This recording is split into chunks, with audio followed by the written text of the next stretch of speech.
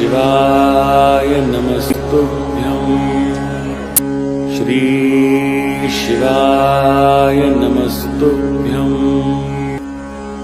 श्री शिवाय नमस्तुभ्यं। श्री शिवाय नमस्तुभ्यं। श्री शिवाय नमस्तुभ्यं। श्री शिवाय नमस्तुभ्यं। श्री शिवाय नमस्तुभ्यं। श्री शिवाय नमस्तुभ्यं। श्री शिवाय नमस्तुभ्यं। श्री शिवाय नमस्तुभ्यं। श्री शिवाय नमस्तुभ्यं।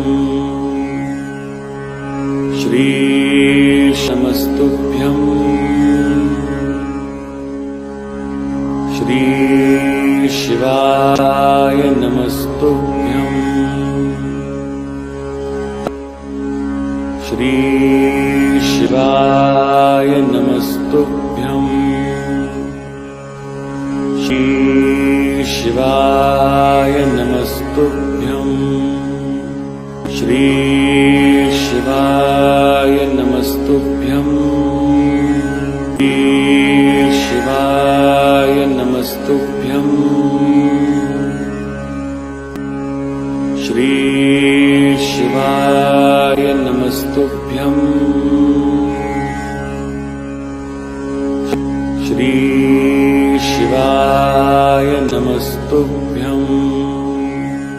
शिवाय नमस्तुभ्यं। श्री शिवाय नमस्तुभ्यं। श्री शिवाय नमस्तुभ्यं। श्री शिवाय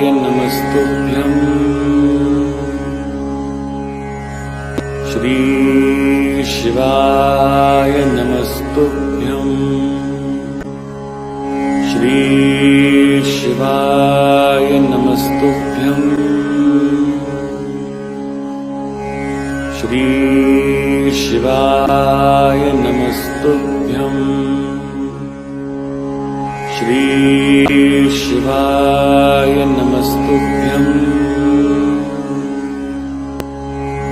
श्री शिवाय नमस्तुभ्यं। श्री शिवाय नमस्तुभ्यं। श्री शिवाय नमस्तुभ्यं। श्री शिवाय नमस्तुभ्यं।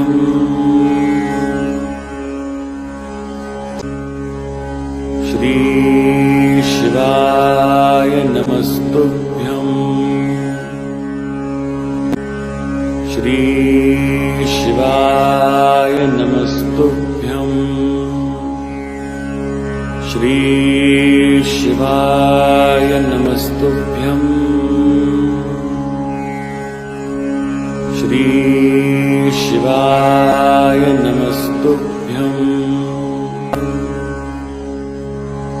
श्री शिवाय नमस्तुभ्यं।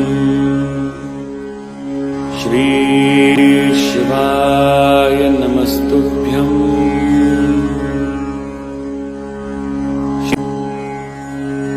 श्री शिवाय नमस्तुभ्यं।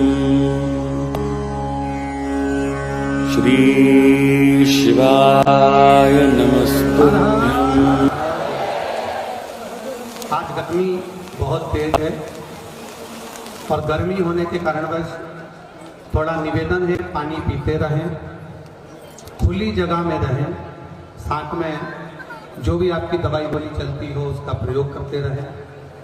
भीड़ वाली जगह से थोड़ा खुलकर, जहाँ खुली जगह हो वहाँ आप आराम से बैठें और अपना सामान का ध्यान रखें, बच्चों का हाथ पकड़ कर रखें, बुजुर्गों के हाथ पकड़ कर रखें, क्योंकि भीड़ बढ़ती जा रही है, भक्तों का भाव, भक्तों का सिला बढ़ता जा रहा है और गर्मी भी अपने चरम पर बढ़ती जा रही है।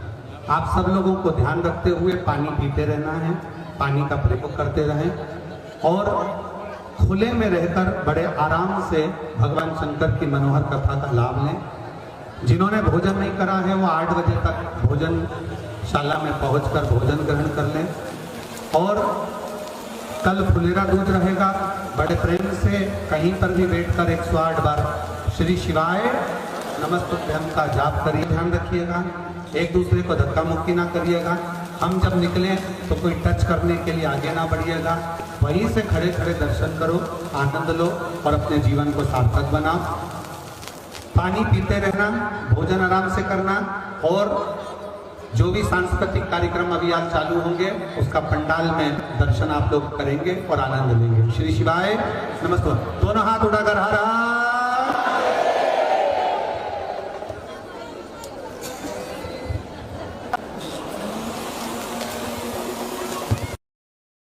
श्री शिवाय नमस्तुभ्यं। श्री शिवाय नमस्तुभ्यं।